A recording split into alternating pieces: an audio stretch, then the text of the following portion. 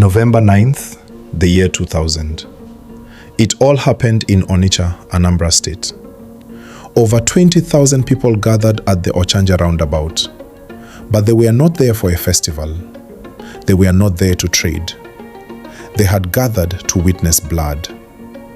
They had come to watch the brutal public destruction of one man. His name was Okeke Onyebuchi.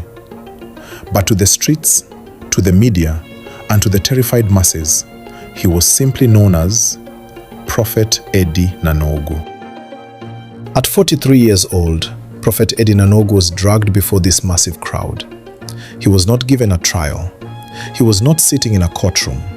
Instead, he was tortured. He was butchered like a piece of meat. And ultimately, he was set ablaze right in the center of the city. But the most terrifying part of this entire spectacle was not the fire. It was the reaction of the crowd. 20,000 people watched a man being unalived in broad daylight, and more than half of them cheered. They clapped. They celebrated as the flames consumed him, hailing his executioners as national heroes. Who were these executioners? What unspeakable horrors did Prophet Eddy Nanowgu commit to make 20,000 people rejoice at his gruesome end? Was he the devil incarnate? Or was he the ultimate victim of a terrifying brainwashed mob? Prepare yourself. The truth of what happened is a nightmare from which you cannot wake from. To understand the fate of Prophet Eddy Nanowgu, you must first understand the men who took his life.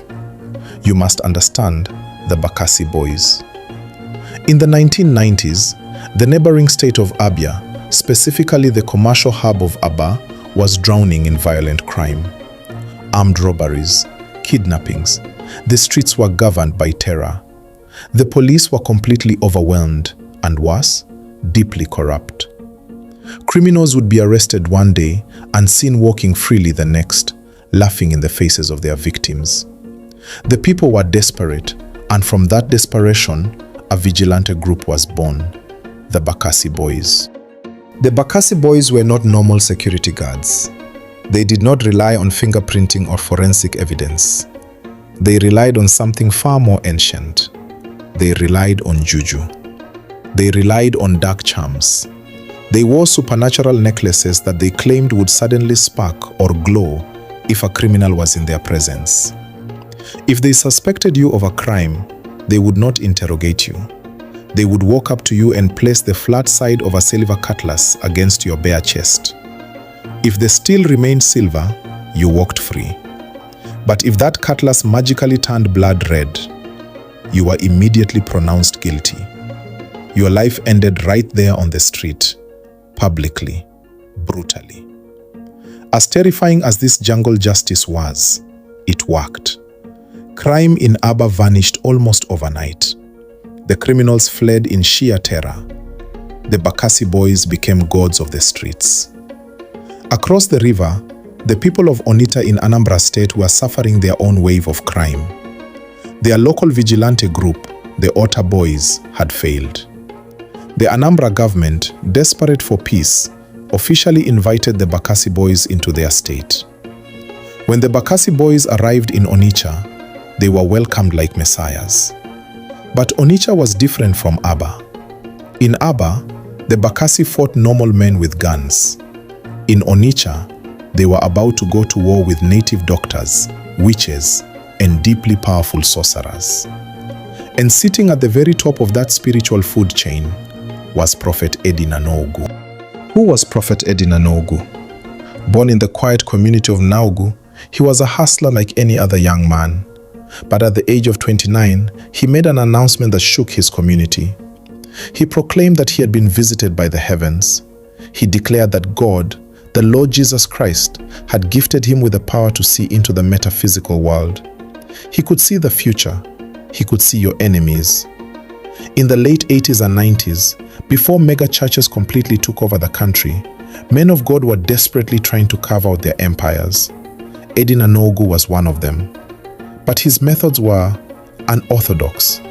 He didn't just build a church, he built a healing center. And to many, it felt more like an ancient shrine. If you walked into his compound, you would be greeted by a massive statue of Jesus. Right next to it was a colossal statue of Eddy Nanowgu himself, his foot planted firmly on the neck of the devil. People flocked to him. Desperate people seeking healing, politicians seeking to win brutal elections, billionaires seeking spiritual protection from their rivals. Eddy Nanowgu provided them with psychic visions and supernatural solutions, and in return, he became incredibly wealthy, incredibly powerful. He was a paradox. On one hand, he was a known philanthropist. He fed the poor. He cared for the mentally ill. He housed abandoned children. On the other hand, he was highly arrogant. He was dangerously vocal. If a powerful politician or a traditional ruler crossed him, he would openly destroy them with his words. He made heavily armed enemies in high places. And in the late 90s, if you wanted to destroy a man you could not touch physically, you used the deadliest weapon available. This was long before the internet. There were no social media platforms where a person could go live to debunk a lie. Information was strictly controlled by small underground printing presses that pumped out cheap magazines and newspapers. And suddenly, the presses went to war against Prophet Eddy Nanowgu. Horrific rumors began to flood the streets of Onitsha. The magazines printed a story that 16 newborn babies had vanished from a local maternity ward. Where did they go? The magazines claimed that Eddy Nanowgu had stolen them, pounded their fragile bodies in a massive mortar, and drank their blood to sustain his powers. Think about this for a moment. 16 babies vanishing into thin air. There is no official police record of this mass disappearance. No nurses were arrested. No grieving mothers staged a protest. The story only existed in the cheap ink of gossip magazines. Yet, the people read it, and the people believed it. But the press did not stop there. Another headline dropped. A headline that sent a shockwave of terror through the entire state. They accused Prophet Eddy Nanowgu of unaliving exactly 93 grown men. 93 adult males, allegedly butchered, their body parts severed and used for dark rituals to empower his billionaire clients. Again, not a single body was found. Not a single family came forward to say, Eddy took my father. Eddy took my brother. He was accused of trafficking heavy military weapons and hard drugs. But the police never found a single bullet in his possession. The police never even called him in for formal questioning. Why? Because the evidence did not exist in the physical world. It only existed in the minds of a terrified public. But a terrified public is a dangerous thing. The people of Anambra began to view this man as the devil walking on earth.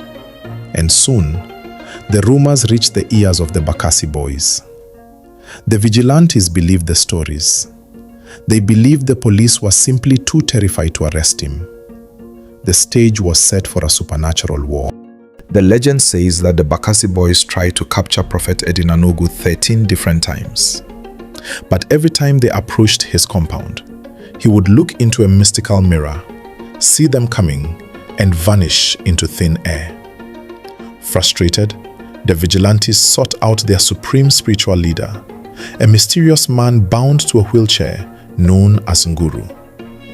Nguru allegedly consulted the ancient gods, performed deep incantations, and formulated a charm powerful enough to blind the prophet's spiritual vision. The trap was set. November 4th, 2 a.m. Prophet Eddy Nanowgu was asleep in his bed alongside his wife. His 8 legitimate children slept quietly in the surrounding rooms. Suddenly, the front doors of his mansion were blown open. Over 40 armed Bakassi Boys flooded the house. They swarmed into his bedroom, dragging the prophet out of his bed by his clothes. They tore the house apart. They ripped up the floorboards. They smashed the walls. They were looking for the weapons. They were looking for the human heads. They were looking for the drugs. They stormed into the boys' quarters and found a sickly child locked in a room. They screamed, "Is this the child you are using for rituals?" The prophet's wife wept, explaining the child was severely mentally ill, placed there for protection while they treated him, a fact later confirmed by the child's own parents. After hours of tearing the compound to shreds, the Bakassi Boys found absolutely nothing. No guns, no drugs, no human remains. The only thing they took from that house was Prophet Eddy Nanowgu himself. For 4 agonizing days, the Bakassi Boys held him captive. The Prophet's family desperately wrote letters to top politicians begging the military government to intervene. They demanded that the Bakassi Boys produce actual proof, but the streets of Onitsha were vibrating with rage. The people marched to the police stations, threatening to burn the city to the ground if the Prophet was handed over to the formal law. They demanded jungle justice. On November 9th, the Bakassi Boys bowed to the pressure of the mob. They brought Eddy Nanowgu to the roundabout. Suddenly, miraculously, the Bakassi Boys claimed they had proof. They claimed they placed their magical cutlass on his chest and it turned red. They claimed they forced a magical necklace around his neck and he confessed to everything. They even claimed they possessed a secret videotape of his confession. But here is the chilling reality. That tape was never shown to the public. The only audio that circulated on the radio was later proven to be voice actors reenacting what they assumed he said. The police never saw the tape. The public never saw the tape. Yet, based on a cutlass that supposedly changed color and the invisible ink of rumor magazines, Prophet Eddy Nanowgu was brutally unalived. He was butchered, he was burned, and 20,000 people went home that night, smiling, believing they had conquered evil. But as the years pass and the smoke clears, a horrifying awakening takes hold. Did those vigilantes truly unalive a monster? Or did a corrupt system, fueled by malicious gossip and a bloodthirsty mob, murder an innocent man who was simply too arrogant and too successful for his own good? The Bakassi Boys were eventually disbanded, their methods heavily criticized as brutal extrajudicial killings. But for Prophet Eddy Nanowgu, it was too late. This story is a terrifying mirror held up to society. It forces us to ask ourselves, how quickly would we believe a lie? How easily could we be convinced to cheer as a human being burns? But in the case of Eddy Nanowgu, maybe he was truly a ritualist, just that he was too good at covering his tracks. This is because a lot of things he did points in that direction. In a country where the police can be used to aid crime, nothing is impossible. For the citizen, do not trust everything you hear. Question everything you see, because the moment you let the mob do your thinking for you, the cutlass may one day point at your own chest. Thank you for watching. Share your thoughts below, subscribe for more dark realities, and never, ever stop questioning the truth.